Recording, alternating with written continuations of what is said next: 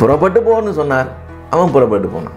தேவனுக்கு கீழ்ப்படுகிறது முக்கியமான காரியமாக இருக்குது. மற்றவங்க என்ன நினைக்கிறாங்கன்ற பற்றி கவலை கிடையாது.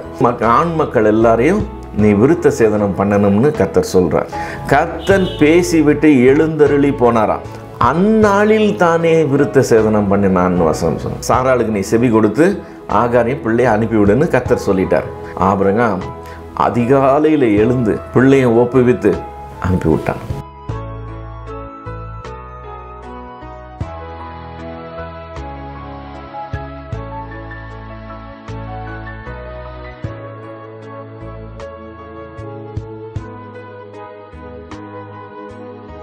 சங்கீதம் 134:3 இப்படி சொல்லுது, வானத்தையும் பூமி உண்டாக்கின கர்த்தர் சீயோனிலிருந்து உன்னை ஆசீர்வதிப்பாராக என்று சொல்லி.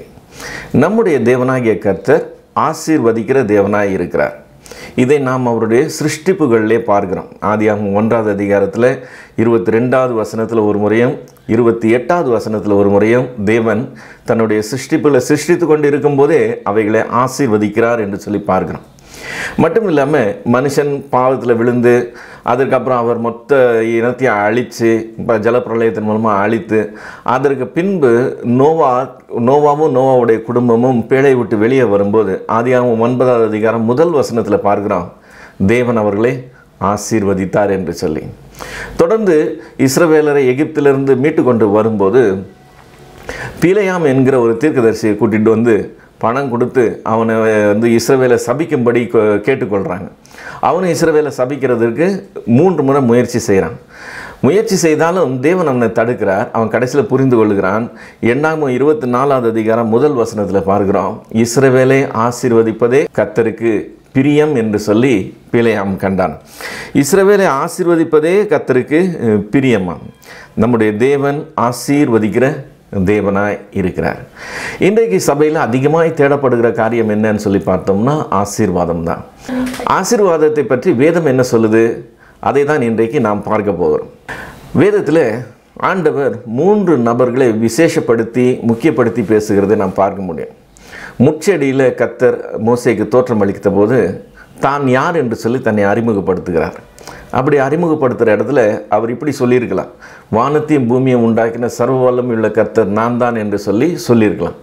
அதுக்கு பதில் அவர் என்னன்னு சொல்கிறார், யாத்ராகமம் 3வது அதிகாரம் 6வது வசனத்தில், நான் ஆபிரகாமின் தேவனும் ஈசாக்கின் தேவனும் யாக்கோபின் தேவனும் ஆகிய உன் பிதாக்களுடைய தேவனாய் இருக்கிறேன்னு சொல்லி தன்னை அறிமுகப்படுத்துகிறார்.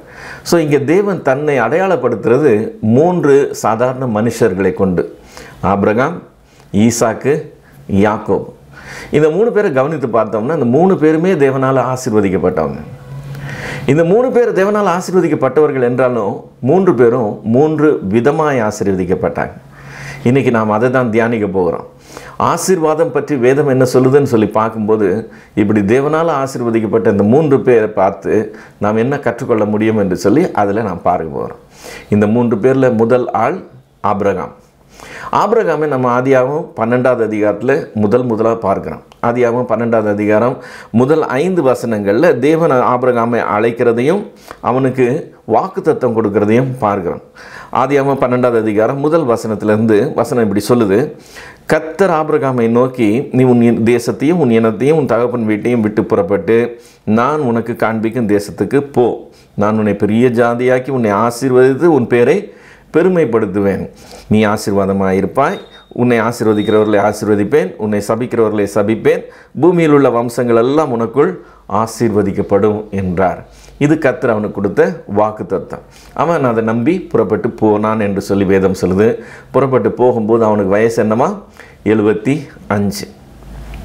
ஆபிரகாமை ஆசீர்வதிப்பேன்னு கர்த்தர் சொன்னார். அவன் அதை நம்பி புறப்பட்டு போனான்.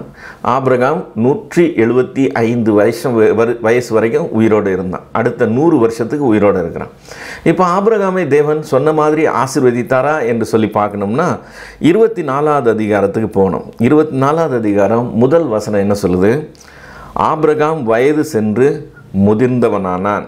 கர்த்தர் ஆபிரகாமை சகல காரியங்களிலும் ஆசீர்வதித்தார் என்று சொல்லி வேதம் சொல்லுது.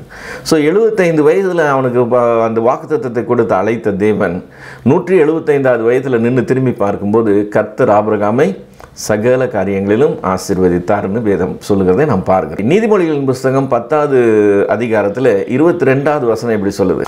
கர்த்தருடைய ஆசீர்வாதமே ஐஸ்வர்யத்தை தரும், அதனுடைய அவர் வேதனையை கூட்டார் என்று சொல்லுகிறதை நாம் பார்க்கிறோம். இங்கே ஆபிரகாம் தேவனால் ஆசீர்வதிக்கப்பட்டான், சகல காரியங்களில் ஆசீர்வதிக்கப்பட்டான். ஆபிரகாம் ஐஸ்வர்யவானாக இருந்தான் என்று சொல்லியும் நாம் பார்க்குறோம். அவனுக்கு வெள்ளியும் பொன்னும் உடைமைகள் நிறையா இருந்தது. அவனுக்கு ஆடு மாடுகள் என்று கால்நடைகள் நிறையா இருந்தது. வேலைக்காரிகள் நிறையா இருந்தாங்க. அவன் பெரிய செல்வ சீமானாக இருந்தான் என்று சொல்லி நாம் அறிந்திருக்கிறோம். ஸோ கர்த்தர் ஆபிரகாமை ஆசீர்வதித்தார். அந்த ஆசீர்வாதத்தினால அவன் பெரிய செல்வ சீமானாக இருந்தானா? ஆமாம், அவன் பெரிய செல்வ சீமானாக இருந்தான். இன்றைக்கு 21வது நூற்றாண்டில் இருக்கிற நாம் ஆபிரகாமின் பிள்ளைகள் என்று சொல்லி நம்மை அழைத்து கொள்ளுகிறோம், நம்மளை அடையாளப்படுத்திக் கொள்ளுகிறோம். இப்போ ஆபிரகாமின் பிள்ளைகள்னு சொன்னால் ஆபிரகாம் தேவனால் ஆசீர்வதிக்கப்பட்டான், ஆபிரகாம் ஐஸ்வர்யவானாக இருந்தான். அதனால் இன்றைக்கி இந்த உலகத்தில் ஐஸ்வர்யவான்களாக இருக்கிற எல்லாரையும் நாம் ஆபிரகாமின் பிள்ளைகள் என்று சொல்லுகிறது இல்லை. அதுதான் இதில் கவனிக்க வேண்டிய விஷயம். ஆபிரகாமின் வாழ்க்கையில் கர்த்தர் ஆசீர்வதித்து அவன் ஐஸ்வர்யவானாக இருந்தாலும் அது அவனுடைய வாழ்க்கையினுடைய ஹைலைட்டாக இல்லை. கலாத்தியர் 3வது அதிகாரத்தில் வசனம் இப்படி சொல்லுது. கலாத்தியர் 3வது அதிகாரம் 6வது 7வது வசனத்தில், அப்படியே ஆபிரகாம் தேவனை விசுவாசித்தான், அது அவனுக்கு நீதியாக எண்ணப்பட்டது. ஆகையால் விசுவாச மார்க்கத்தார் எவர்களோ அவர்களே ஆபிரகாமின் பிள்ளைகள் என்று அறிவீர்களாக வேதம் சொல்லுது. ஸோ கர்த்தரால் ஆசீர்வதிக்கப்பட்டவர்களாக ஐஸ்வர்யவான்களாக இருக்கிறவங்கெல்லாம் ஆபிரகாமின் பிள்ளைகள் என்று அறிவீர்களாகன்னு சொல்லலை. இங்கே கம்ப்ளீட்டாக வேறு காரியம் சொல்லப்படுது. ஆபிரகாம் தேவனை விசுவாசித்தான், அது அவனுக்கு நீதியாக எண்ணப்பட்டது. ஆதலால் விசுவாச மார்க்கத்தாரெல்லாம் ஆபிரகாமின் பிள்ளைகள் என்று அறிவீர்களாகன்னு வசனம் சொல்லுகிறதை நாம் பார்க்கிறோம். ஆபிரகாமின் விசுவாசம் ஒரு விசேஷமான விசுவாசம். ஏன்னு சொன்னால் அது ஒரு பூரணப்பட்ட விசுவாசம். அந்த விசுவாசம் எப்படி பூரணப்படுதான்? யாக்கோபு 2வது அதிகாரம் 22வது வசனம் சொல்லுது, விசுவாசம் அவனுடைய கிரியைகளோடைய கூட முயற்சி செய்து கிரியைகளினாலே விசுவாசம் பூரணப்பட்டது என்று காண்கிறாயேன்னு சொல்லிடு. அவனுடைய விசுவாசம் பூரணப்பட்டுதான். எப்படி பூரணப்பட்டுதான்? கிரியைகளோடு சேர்ந்து அது முயற்சி செய்துதான். ஸோ அந்த கிரியைகளோடு சேர்த்து முயற்சி செய்யும்போது அந்த விசுவாசம் பூரணப்பட்ட விசுவாசமாக இருந்ததுன்னா அதுதான் ஆபிரகாமுக்கு முக்கியமான காரியமாய் வேதம் பேசுது. கர்த்தரால் அவன் ஆசீர்வாதத்தை பெற்றான், ஆசீர்வாதத்தினால் ஐஸ்வர்யவானாக இருந்தான். ஆனால் ஆபிரகாம் எங்கேயுமே கர்த்தாவே என்னை ஆசீர்வதியும் என்று சொல்லி கேட்டதாக நம்ம பார்க்க முடியாது. ஆபிரகாம் ஆசீர்வாதத்தை தேடினதாக பார்க்க முடியாது. அதுக்கு பதிலாக ஆபிரகாம் என்ன செய்தானா? ஆபிரகாம் விசுவாசிக்கிறவனாக இருந்தான். வெறும்ன விசுவாசிக்கிறவனா இல்லை, விசுவாசித்து அந்த விசுவாசம் கிரியைகளோடு சேர்ந்து முயற்சி செய்து அது பூரணப்பட்ட விசுவாசமாய் இருந்தது. இப்போ ஆபிரகாம் ஆசீர்வாதத்தை தேடலை, ஆனால் கர்த்தர் ஆசீர்வதித்தார். ஆனால் ஆபிரகாம் எதை தேடினா? விசுவாசிக்கிறவனாக இருந்தான். அந்த விசுவாசம் பூரணப்பட்ட விசுவாசமாக இருந்தது. அது எப்படி பூரணப்பட்டதுன்னு தெரியணும்னு சொன்னால் அவன் விசுவாசித்த விதமும் கிரியை செய்த விதமும் நம்ம பார்த்தோம்னா தெரிஞ்சிடும். இப்போ ஆபிரகாமே தேவன் அழைக்கிறார் என்று சொல்லி 12வது அதிகாரத்தில் பார்க்குறோம். 12வது அதிகாரம் 4வது வசனத்தில் பார்க்கும்போது கர்த்தர் அழைத்தார், ஆபிரகாம் புறப்பட்டு போனான்னு சொல்லியிருக்கோம். இப்போ அதை நம்ம எளிதில் கடந்து போக முடியாது. ஏன்னு சொன்னால் திடீர்னு ஒரு தரிசனத்தை கண்டதுனால இருக்கிறதெல்லாம் அவன் பேக் பண்ணிக்கிட்டு பெட்டியும் படிக்கையும் தூக்கிக்கிட்டு வீட்டிலேருந்து கிளம்புனா அவனை பார்க்குறவங்க கேட்குற முதல் கேள்வி என்ன இருந்திருக்கும்? எங்கே போகிறேன்னு தான் இருந்திருக்கும். ஆபிரகாமுக்கு எங்கே போகிறேன்றது தெரியுமா? தெரியாது. யார் அழைத்தார்னு தெரியுமா? அதுவும் சரியாக தெரியாது. புறப்பட்டு போன்னு சொன்னார், அவன் புறப்பட்டு போனான். இப்போ அதை பார்க்குறவங்க அவனை என்ன சொல்லியிருப்பாங்க? இல்லை, அவ்வளவு பெரிய காரியத்தை அவன் சர்வசாதாரணமாக செய்கிறான். தேவனுக்கு கீழ்ப்படுகிறது, அவனுடைய கிரியை செய்கிறது, அந்த விசுவாசத்தில் கிரியை செய்கிறது அவனுக்கு அதுவே முக்கியமான காரியமாக இருக்குது. மற்றவங்க என்ன நினைக்கிறாங்கன்ற பற்றி கவலை கிடையாது. இது 12வது அதிகாரத்தில். 17வது அதிகாரத்தில் தேவன் அவனை சந்தித்து அவனிடத்தில் ஒரு உடன்படிக்கையை ஏற்படுத்துகிறார். அந்த உடன்படிக்கை என்னன்னு சொன்னால், உன் வீட்டு ஆண் மக்கள் எல்லாரையும் நீ விருத்த சேதனம் பண்ணணும்னு கர்த்தர் சொல்கிறார். இப்போது கர்த்தர் சொன்னது பகல் நேரத்துலையா, மதியானத்துலையா, அல்லது சாயங்காலத்துலையான்னு நமக்கு தெரியாது. ஆனால் அதை அவன் நிறைவேற்றணும்னு சொல்லி முயற்சி செய்கிறான். நீங்களும் நானும் அந்த இடத்துல இருந்திருந்தோம்னு சொன்னால் கர்த்தர் நமக்கு சொன்னதை நாம் நிறைவேற்றணும்னு சொல்லி முடிவெடுக்கிறோம்னா நாம் என்ன செய்திருப்போம்னா, விருத்த சேதனம்னா என்னன்னே நமக்கு தெரியாது. விருத்த சேதனம் பண்ணினா அதனுடைய பலன் என்னவா இருக்கும், அது என்ன மாதிரி விளைவுகளை ஏற்படுத்தும், வலி வேதனை எப்படி இருக்கும், குணமாகிறதுக்கு எத்தனை நாள் ஆகும், இதெல்லாம் ஒன்றுமே தெரியாது. ஒன்றுமே தெரியாது இருக்கிறதுனால நம்ம என்ன செய்வோம், வீட்டு மக்களை கூப்பிட்டு உட்கார வச்சு கர்த்தர் இப்படி சொல்லியிருக்கிறாருன்னு சொல்லி அதை எப்படி நிறைவேற்றுகிறதுன்றதை நம்ம ஒரு ஆலோசனை பண்ணி அதற்கு ஒரு தேதியை குறித்து நாம் அதை செய்து முடிக்கிறவர்களாக இருப்போம். ஆனால் ஆபிரகாம் முற்றிலும் வித்தியாசமானவன்.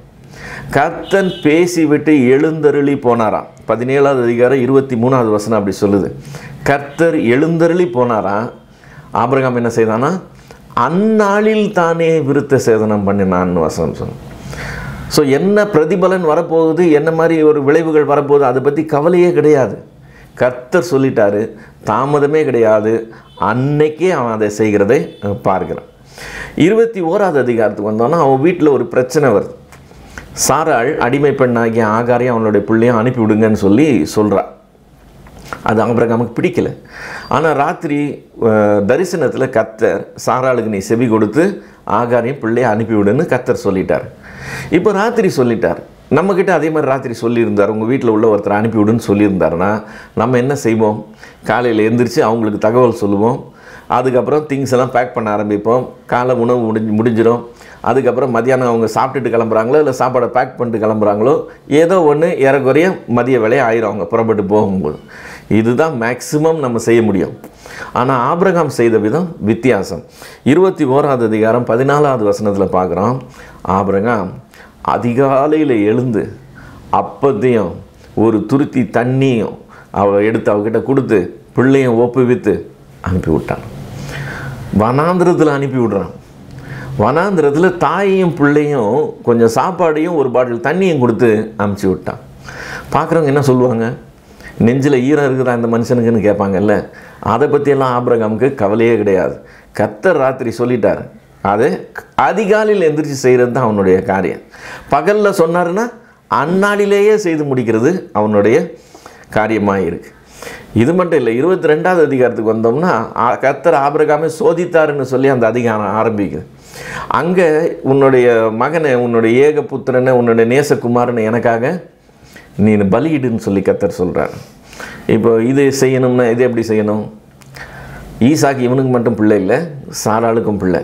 அப்போ அவன் என்ன செய்யணும், சாராள்கிட்ட சொல்லி சாராளுடைய ஒப்புதலோட 2 பேருமா சேர்ந்து இதை நிறைவேற்றணும்.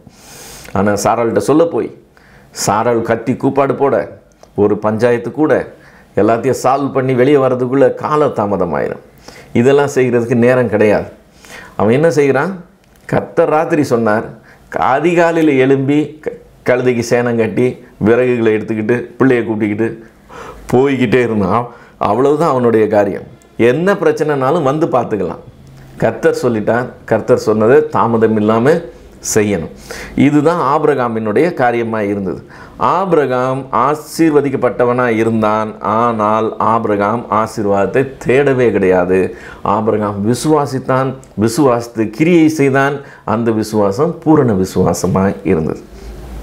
இப்போ கர்த்தரால் ஆசீர்வதிக்கப்பட்ட ஆபிரகாமை நம்ம பார்க்கும்போது, ஆபிரகாமை போல கர்த்தர் எங்களை ஆசீர்வதிக்கணும்னு சொல்லி நம்ம பாடல்கள் பாடும்போது, சபை ஆபிரகாம்களால் நிரம்பி இருந்தால் எப்படி இருக்கும்னு கொஞ்சம் கற்பனை பண்ணி பாருங்கள்.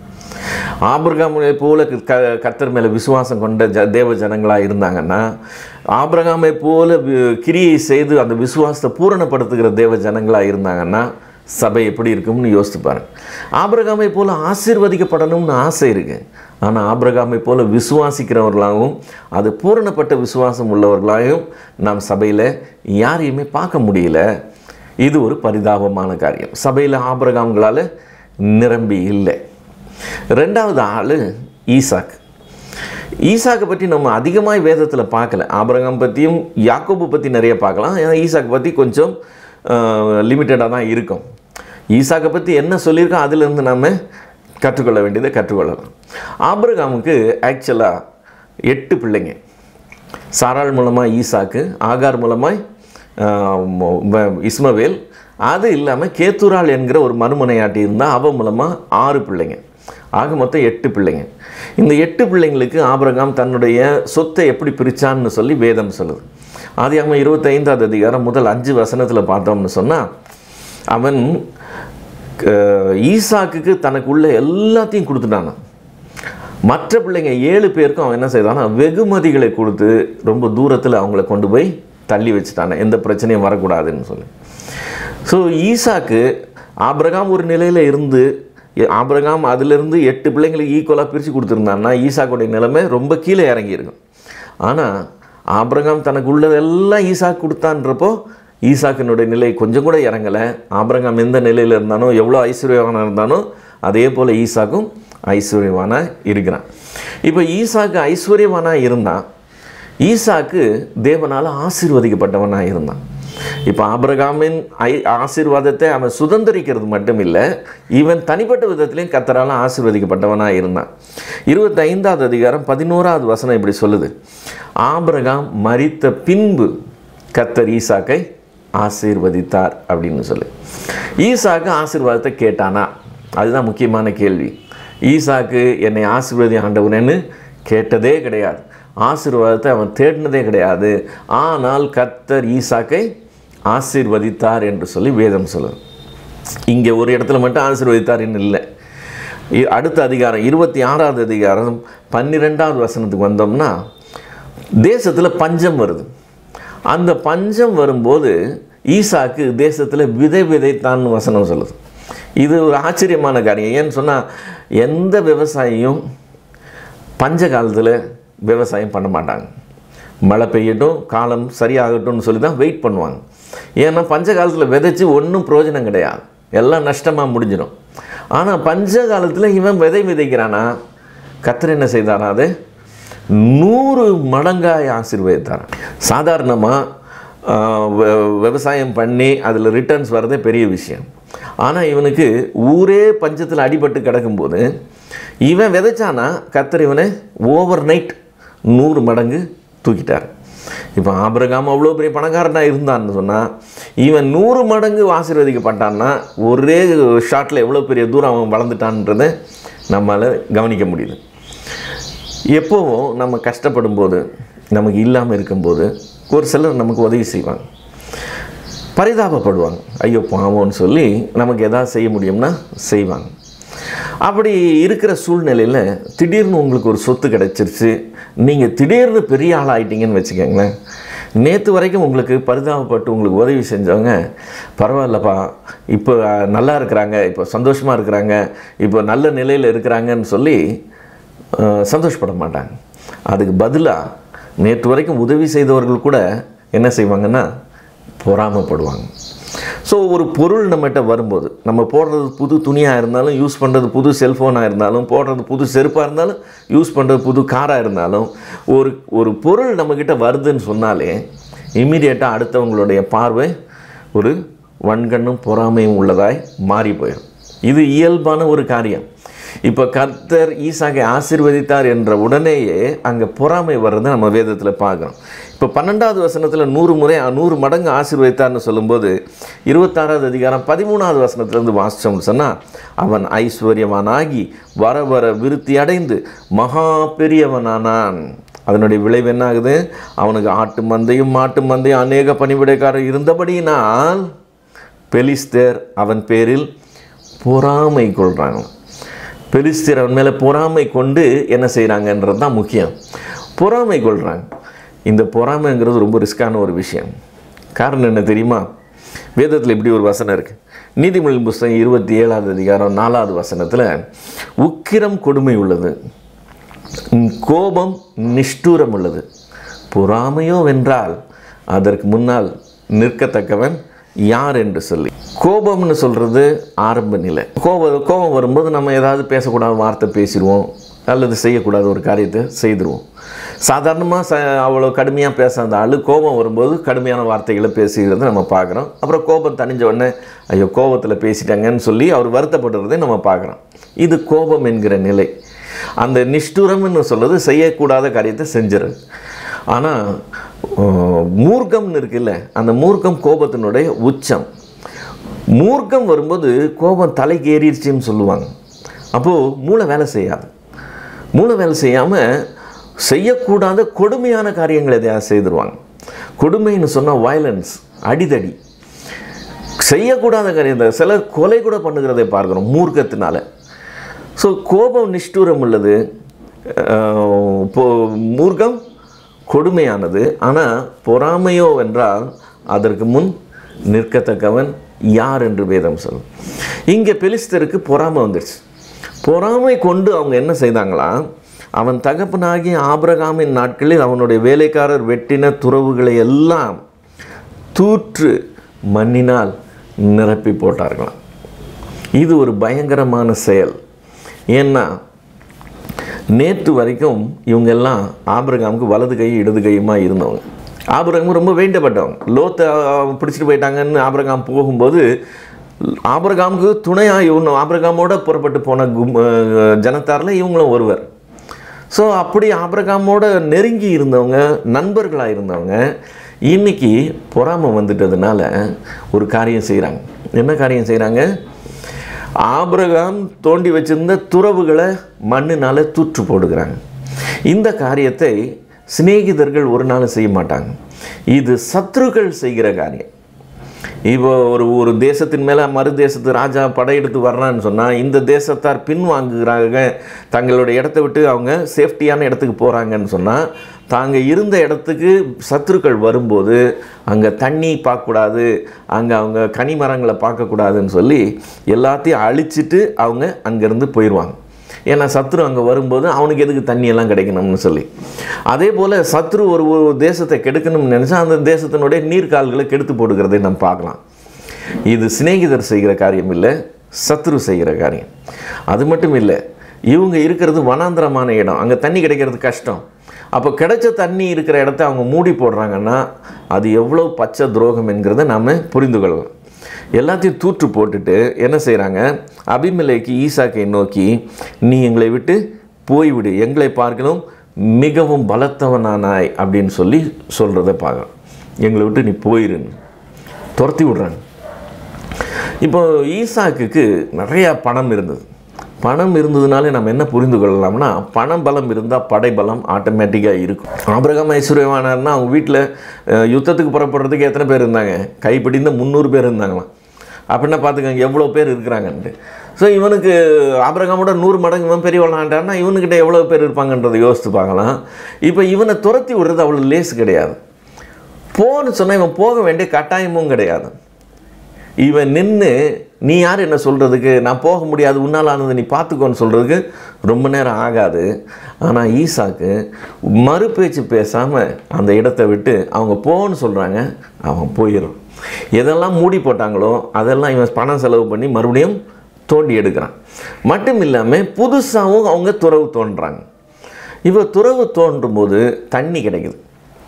ஒரே இடத்துல தோண்டி டக்குன்னு தண்ணி கிடைக்கிறதுலாம் பெரிய லக்கு, அப்படியெல்லாம் கிடைக்காது. ஒரு 10 இடத்துல தோண்டினா ஒரு இடத்துல கிடைக்கிறது பெரிய காரியம். ஒவ்வொரு இடத்துல தோன்றதுக்கும் அதிக பணம் செலவாகும், அதிக உழைப்பு தேவைப்படும். இப்போ தோண்டி தண்ணி காண்ற வரைக்கும் அமைதியாக இருந்தாங்கன்னா தண்ணி கண்ட உடனே இது எங்களுதுன்னு சொந்தம் கொண்டாடுறாங்க. சரி, இடம் அவங்களுதாவே இருக்கட்டும். எப்போ அவங்க ஆட்சேபனை தெரிவிச்சிருக்கணும், அவன் தோண்ட ஆரம்பிக்கும் போது இது எங்கள் இடத்துல நீ தோன்றேன்னு ஆட்சேபனை தெரிவிச்சிருக்கணும். அதுக்கு பதிலாக தோண்டி தண்ணி கிடைக்கிற வரைக்கும் பொறுத்து இருந்துட்டு தண்ணி கிடைச்ச உடனே எங்களுதுன்றாங்க. இப்போ இது பெரிய அநியாயம். ஈசாக்கு அந்த அநியாயத்துக்கு எதிர்த்து நிற்கிறதுக்கு ரெடியாக இல்லை. அவங்க கேட்குறாங்க, சரி வச்சுக்காங்கடான்னு விட்டு அடுத்ததுக்கு போயிடும். அங்கேயும் தண்ணி காண்ற வரைக்கும் வெயிட் பண்ணுறாங்க. தண்ணி கண்ட உடனே மறுபடியும் சண்டை போடுறாங்க. அதையும் கொடுத்துட்டு இன்னொரு இடத்துக்கு போயிடுறான். மறுபடியும் 3ஆவது இடத்த மட்டும்தான் அவங்க கேட்கல. அதனால் அவன் அதுக்கு ரெகோபோத்துன்னு பேர் வச்சு கர்த்தர் நமக்கு இங்கே நாம் பெறுகிறதுக்கு இடம் கொண்டு வந்தாருன்னு சொல்லி இடம் கொடுத்துருக்கிறாருன்னு சொல்லி அவன் அந்த இடத்துல செட்டில் ஆகிறத நம்ம பார்க்குறோம். இப்போ ஈசாக்கு எப்படி இந்த மாதிரி செய்தான்? இது மாதிரி யாருமே செய்ய மாட்டாங்களே. விரட்டினா போயிடுறான், இந்த இடம் எங்களுது நான் விட்டுட்டு போயிடுறான், மறுபடியும் இது எங்களுது நான் விட்டுட்டு போயிடுறான். எப்படி விட்டுட்டு போக முடியுது? எப்படி இப்படி விட்டு கொடுக்க முடியுது? இப்படி கூட மனுஷர் இருப்பாங்களான்னு நமக்கு ஆச்சரியமாக இருக்கலாம். ஈசாக்கினுடைய மெயின் ஹைலைட்டே அதுதான். இப்போ ஈசாக்கு என்கிற வார்த்தைக்கு அர்த்தம் என்னன்னு சொன்னால், ஈசாக்கு என்றால் நகைப்பு என்ற அர்த்தம். ஏன் அவனுக்கு அப்படி ஒரு பேருன்னா, அவங்க அப்பா கிட்ட ஆண்டவர் சாராள் மூலமாக அவனுக்கு ஒரு பிள்ளை தருவேன்னு சொன்ன உடனே அவன் குனிஞ்சு கர்த்தரை பணிந்து கொண்டு உள்ளத்தில் நகைத்தான்னு வசனம் சொல்லும். இன்னொரு தடவை கர்த்தர் சொல்கிறாரு, உற்பத்தி திட்ட காலத்தில் நான் வரும்போது சாராள் பிள்ளை பிரிச்சிருப்பான்னு சொல்லி, அப்போது கேர்டனுக்கு பின்னாடி சாராள் நிற்கிறான். சாராள் நகைத்தாள்னு வேதம் சொல்லுது. சாராள் நகைத்தாள். ஆண்டவர் சொல்ல, ஏன் நகைச்சேன்னு அவன் சொல்ல, இல்லை நான் நகைக்கலைன்னு. இல்லை நீ நகைத்தாய்ன்னு ஆண்டவர் சொல்கிறார். இப்போ அப்பாவும் நகைத்தான், அம்மாவும் நகைத்தாள். கடைசியில் பிறந்த பிள்ளைக்கு என்னென்னு பேர் வைக்கிறாங்க? நகைப்புனே பேர் வைக்கிறாங்க. இப்போ அகத்தில் சந்தோஷம் இல்லாமல், அகத்தில் சமாதானம் இல்லாமல் முகத்தில் நகைப்பு வராது. ஈசாக்கு அந்த நகைப்பு என்கிற பேருக்கு ஏற்ற மாதிரி நடந்து கொள்கிறதை நாம் பார்க்கிறோம். அவனுடைய உள்ளத்தில் இருக்கிற சந்தோஷத்தையும் சமாதானத்தையும் அவன் கெடுத்து கொள்ளுகிறதுக்கு அவன் ஆயத்தமாக இல்லை. இப்போ பாருங்கள், கர்த்தர் நமக்கு உலகம் கொடுக்கக்கூடாத சமாதானத்தை நான் உங்களுக்கு தர்றேன்னு சொல்கிறார். இப்போ கொடுத்துருக்கிறாரா இல்லையான்னு நான் கேட்டேன்னா, எங்கள் பிரதர் சமாதானம் இருக்குதுன்னு தான் சொல்கிறாங்க. வீட்டில் பிரச்சனை இதுன்னு சொல்கிறாங்க. சமாதானத்தை அப்போ கர்த்தர் கொடுக்கலையான்றது கேள்வி வருது. கர்த்தர் கொடுத்தார், ஆனால் சின்ன சின்ன காரியங்களுக்காக போடுற சண்டையில் அந்த சமாதானம் குலைந்து போகுது. நாம் அதை இழந்து போகிறோம். இப்போ ஈசாக்குக்கு இவங்கிட்ட சண்டை போட்டு அந்த சமாதானத்தை இழக்கிறத விட பொருளை இழந்துட்டு சமாதானத்தை காப்பாற்றுக்கிறது அவனுக்கு பெரிய காரியமாக இருக்குது. அவன் அந்த நகைப்பு, முகத்தில் நகைப்பு இருக்கிறதுக்கு ரொம்ப முக்கியத்துவம் கொடுத்து செயல்படுகிறதை பார்க்குறோம். இதுக்கு இன்னொரு பேர் கொடுக்கணும்னு சொன்னால் இதுக்கு பேர் சாந்த குணம். பலம் இருக்குது, எதுக்க முடியும், சண்டை போட முடியும். ஆனால் அதுக்கு பதிலாக அவன் விட்டு விலகி போகிறதை தெரிந்து கொள்ளுகிறான். இது ஈசாக்கினுடைய ஸ்பெஷாலிட்டி. அவன் அப்படி சாந்த குணம் உள்ளவனாக இருக்கிறான். நீங்கள் ஒரு வேளை யோசிக்கலாம், இப்படியெல்லாம் இருந்தால் உலகத்தில் என்னத்துக்கு ஆகிறது அப்படின்னு சொல்லி. அப்படியெல்லாம் விட்டு கொடுத்தோம்னா எல்லாம் நாசமாக போயிடும் பிரதர்னு சொல்லி நம்ம சொல்லலாம். ஆனால் ஈசாக்கினுடைய லைஃப்பை பார்த்தோம்னா அப்படி விட்டு கொடுத்து அவன் போயிடுறான். என்ன நடக்குது? 26வது அதிகாரம் 26வது வசனத்திலேருந்து நம்ம வாசித்தோம்னா, அபிமெலேக்கும் அவன் சிநேகிதனாகிய அகுசாத்தும் அவன் சேனாபதியாக பிகோலும் கேராரிலிருந்து அவன் இடத்துக்கு வந்தார்கள். அப்பொழுது ஈசாக்கு அவர்களை நோக்கி, ஏன் என்னிடத்தில் வந்தீர்கள்? நீங்கள் என்னை பகைத்து என்னை உங்களிடத்தில் இராதபடி துரத்தி விட்டீர்களே என்றான். அதற்கு அவர்கள், நிச்சயமாய் கர்த்தர் உம்மோடே கூட இருக்கிறார் என்று கண்டோம் அப்படின்னு சொன்னாங்க. யார் சொல்கிறது? இவனை பகைத்து பொறாமை கொண்டு இவனுக்கு துரோகம் செஞ்சு இவனை துரத்தி விட்டவங்க இப்போ வீட்டு படியேறி சொல்கிறாங்க, நிச்சயமாய் கர்த்தர் உம்மோடே இருக்கிறார்னு நாங்கள் கண்டோம் என்று சொல்லி. 9வது வசனத்தினுடைய கடைசி பகுதி பார்த்தோம்னு சொன்னால், நீர் கர்த்தரால் ஆசீர்வதிக்கப்பட்டவராமே என்று சொல்கிறாங்க. சத்ரு சொல்கிறான், நீர் கர்த்தராலே ஆசீர்வதிக்கப்பட்டவராமே. கர்த்தர் அப்படி நடத்துகிற தேவனாக இருக்கிறார். ஸோ விட்டு கொடுத்து போகிறதுனால நாம் கெட்டு போகிறது இல்லை. கர்த்தர் அதற்கேற்ற பலனை கொடுக்கிற தேவனாய் இருக்கிறார். சபையில் ஈசாக்கை போல தேவன் நம்மை ஆசீர்வதிக்கணும்னு சொல்லி பஞ்ச காலத்தில் விதைத்தான் 100 மடங்கு ஆசீர்வதித்தார். கர்த்தர் ஈசாக்கு ஆசீர்வதித்த போல என்னை ஆசீர்வதிக்கணும்னு சொல்லி விசுவாசிகள் விரும்புகிறாங்க. ஆனால் ஈசாக்கை போல சாந்த குணமுள்ளவர்களாய் எத்தனை பேர் இருக்கிறாங்க? சபையில் எத்தனை ஈசாக்குகள் இருக்கிறாங்கன்னு பார்த்தோம்னா அது இல்லை. அது பரிதாபமான விஷயமாக இருக்கிறத நாம் பார்க்குறோம். அதுக்கு மாறாக சபையில் வித்தியாசமான ஒரு நிலை இருக்குது. ஒரு 30 வருஷத்துக்கு முன்னாடி இருந்த சபை வேறு, இன்றைக்கி இருக்கிற சபை வேறு. என்ன காரணம் தெரியுமா? 30 வருஷத்துக்கு முன்னாடி சபையில் இருக்கிற விசுவாசிகள் ஊழியக்காரரை பார்த்து பயப்படுவாங்க. ஐயா கோச்சுக்குவார், ஐயா திட்டுவார், அப்புறம் ஐயாவுக்கு இது பிடிக்காது, இப்படியெல்லாம் இந்த வார்த்தைகளை நம்ம கேட்கலாம். இன்றைக்கி 30 வருஷம் ஆயிடுச்சு. 30 வருஷம் கழித்து கம்ப்ளீட்டாக காரியம் மாறி போச்சு. இப்போ ஸ்கூலில் பாருங்கள், 30 வருஷத்துக்கு முன்னாடி பிள்ளைங்கள்லாம் வாத்தியாரை பார்த்து பயப்படுவாங்க. இப்போ 30 வருஷம் கழித்து வாத்தியார் தான் பிள்ளைங்களை பார்த்து பயப்படுறாரு. ஸ்கூலுக்கு போகிறதுக்கு வாத்தியார் தான் பயப்படுறாரு, பிள்ளைங்க பயப்படுறது இல்லை. அதே கதை தான் இங்கே சபைக்குள்ளேயே நடக்குது. சபையாரை பார்த்து ஊழியக்காரர் பயப்படுறார். ஒரு காரியம் வாயை திறந்து சொல்ல முடியாது. அவங்க செய்கிறது தப்பாகவே இருந்தாலும் அதை நம்ம கண்கூட பார்த்துட்டு பார்க்காதவர்களாக நம்ம போயிடணும். கண்டு காணாதவர்களாக இருக்கணும். அப்போ தான் நம்ம மரியாதையை காப்பாற்றிட்டு நம்ம ஊழியம் செஞ்சுட்டு போக முடியுன்ற நிலைமைக்கு வந்துருச்சு. ஒரு ஆயத்திறந்து ஒரு வார்த்தை சொன்னோம்னா கதையை முடிஞ்சிடுச்சு.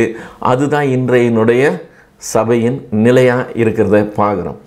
எல்லாம் கட்டி விட்ட சண்டை கோழிகள் போல் சண்டைக்கு ஆயத்தமாக இருக்கிறாங்க. ஒரு வார்த்தையை சொல்லிட்டோம்னா கொளுத்தி போட்டது மாதிரி தான். அடுத்து எப்படி வெடிக்கும், என்ன நடக்கும்னு யாருக்குமே தெரியாது. ஸோ சபை ஈசாக்குகளால் நிறைந்திருக்கிற சபையாக இருந்தால், எல்லாருமே சாந்த குணமுள்ளவர்களாக இருந்தால், எல்லாருமே விட்டு கொடுக்குறவங்களா இருந்தாங்கன்னா எப்படி இருக்கும்னு யோசித்து பாருங்கள். ஈசாக்கை தேவன் ஆசீர்வதித்தாரா? ஆசீர்வதித்தார்.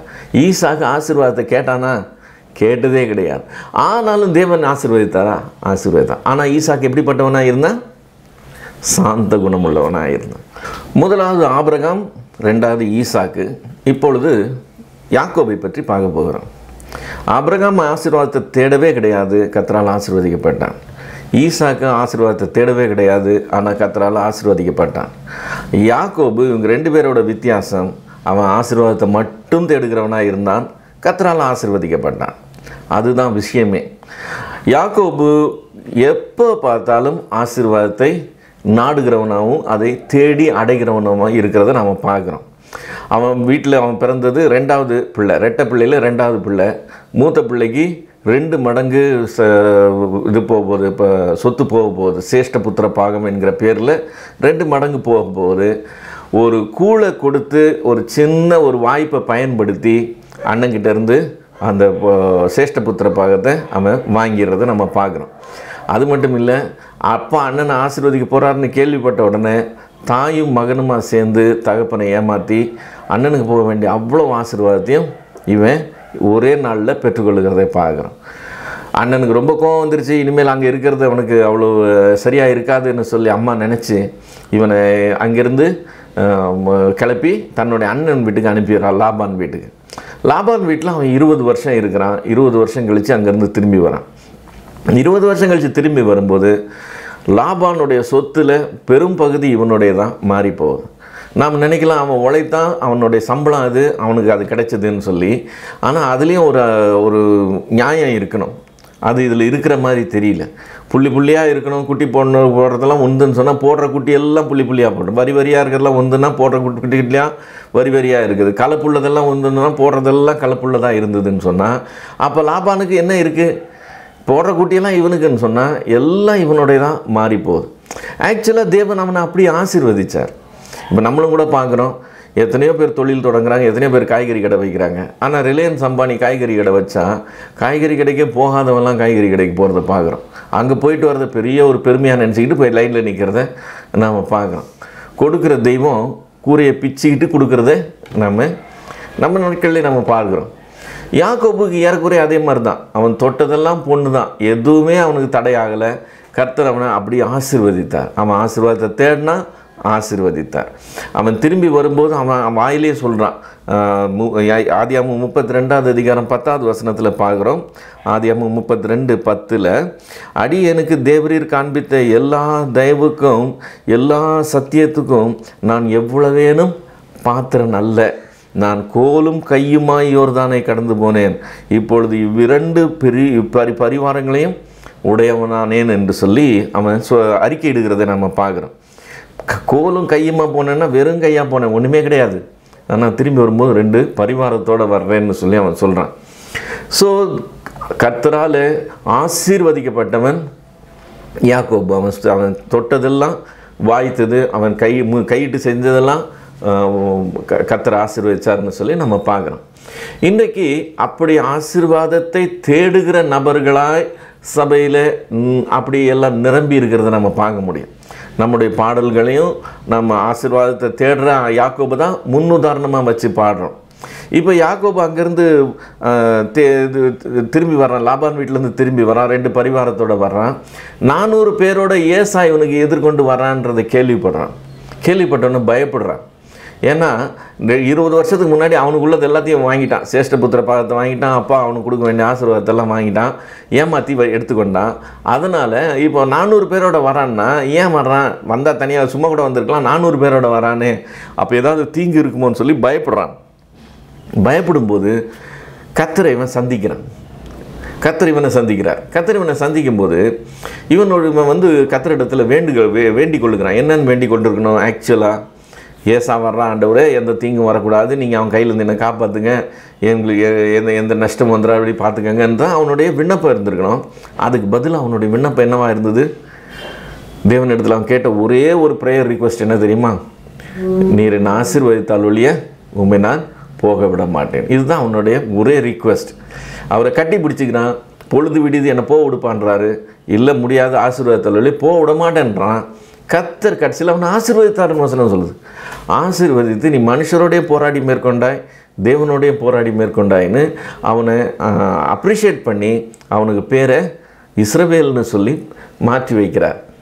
ஸோ இப்படி தேவனுடைய போராடி அவன் மேற்கொண்டதுனால சபையார் எல்லாரும் நாம் போராடி ஆசீர்வாதங்களை பெற்றுக்கொள்ளணும் என்று சொல்லி வாஞ்சிக்கிறத நாம் பார்க்கிறோம். அப்படியே போதிக்கிறதையும் பார்க்குறோம், அப்படியே பாடல்கள் பாடுகிறதையும் நம்ம சபையில் பார்க்க முடியும். ஆக மொத்தம் சபையில் ஆபிரகாம்கள் இல்லை, ஈசாக்குகள் இல்லை, ஆனால் யாக்கோபுகள் நிரம்பி இருக்கிறத பார்க்க முடியும். இப்போ யாக்கோபு புறப்பட்டு வந்துட்டான். இது வரைக்கும் எல்லாருக்கும் நல்லா தெரிஞ்ச விஷயம். இதில் விஷயம் என்னன்னு சொன்னால், ஒரு மனுஷனுடைய வாழ்க்கையினுடைய ஆரம்பம் ஒன்று இருக்குது, ஒரு மனுஷனுடைய வாழ்க்கையினுடைய முடிவு என்று சொல்லி ஒன்று இருக்குது. இந்த ரெண்டுத்துக்கும் இடையில் இருக்கிறது இடைப்பட்ட காலம்னு சொல்லலாம். இது ஆரம்ப காலம், இது முடிவு காலம், நடுவில் இருக்கிறது இடைப்பட்ட காலம். இந்த 3 காலப்பகுதிகளில் எந்த காலப்பகுதி முக்கியம் அப்படின்னு சொல்லி கேட்டோம்னு சொன்னால் யாருமே சொல்லுவாங்க முடிவு காலப்பகுதி தான் முக்கியம். வேதத்தில் கூட நாம் பார்க்குறோம். யோபுவின் புஸ்தகம் 8ஆம் அதிகாரம் 7வது வசனத்தில் யோபு 8:7 உம்முடைய துவக்கம் அற்பமாக இருந்தாலும் உம்முடைய முடிவு சம்பூரணமாக இருக்கும் என்று சொல்லி யோபுவினுடைய சிநேகிதன் சொல்கிறான். இப்போது இந்த துவக்கத்தை விட அவன் எதுக்கு முக்கியத்துவம் கொடுக்குறான்? முடிவுக்கு தான் முக்கியத்துவம் கொடுக்குறான். சங்கீதங்களின் புஸ்தகம் 37வது சங்கீதம் 37-38 வசனங்களுக்கு வந்தோம் சொன்னால், நீ உத்தமனை நோக்கி செம்மையானவனை பார்த்துரு, அந்த மனுஷனுடைய முடிவு சமாதானம். அதுதான் ரொம்ப முக்கியம். அந்த மனுஷனுக்கு முடிவு என்னவாக இருக்குது? சமாதானமாக இருக்குது. அதே மாதிரி ஆப்போசிட்டு, துன்மார்க்கர் ஏகமாய் அழிக்கப்பட்டு போவார்கள், அறுப்புண்டு போவதே துன்மார்க்கரின் முடிவு. ஸோ இந்த முடிவு தான் முக்கியம். ஆரம்பம் எப்படி இருந்துச்சு, இடைக்காலத்தில் எப்படி இருந்துச்சுன்னு அதை பற்றி முக்கியம் கிடையாது. இப்போது யாக்கோபு ஓஹோன்னு இருந்தான்றது வரைக்கும் எல்லாருக்கும் தெரியும். ஆனால் யாக்கோபுடைய முடிவு காலத்தை பற்றி அதிகம் போதிக்கப்படுவதும் கிடையாது, அதிகம் தியானிக்கப்படுவதும் கிடையாது. நாம் என்ன செய்ய போகிறோம்? இன்றைக்கி இப்படி கர்த்தரால் ஆசீர்வாதத்தை பெற்று அனுபவிக்கிறவனாக இருந்தவனுடைய முடிவு எப்படி இருந்ததுன்னு பார்க்க போகிறோம். அந்த முடிவு சமாதானமாக இருந்ததா, அந்த முடிவு நல்லா இருந்துச்சா, அதுதான் நம்ம பார்க்க போகிறோம். அவனுடைய முடிவு எப்படி இருக்குன்னு பார்க்கணும்னா நம்ம 42வது அதிகாரத்துக்கு வரணும். ஆதியாகமம் 42வது அதிகாரத்தில் முதல் 3 வசனங்கள் இப்படி இருக்கு. எகிப்திலே தானியம் உண்டென்று யாக்கோபு அறிந்து தன் குமாரரை நோக்கி, நீங்கள் ஒருவர் முகத்தை ஒருவர் பார்த்து கொண்டிருக்கிறது என்ன? எகிப்திலே தானியம் உண்டென்று என்று கேள்விப்படுகிறேன். நாம் சாவாமல் உயிரோடு இருக்கும்படி நீங்கள் அவ்விடத்துக்கு போய் நமக்காக தானியம் கொள்ளுங்கள் என்றான்.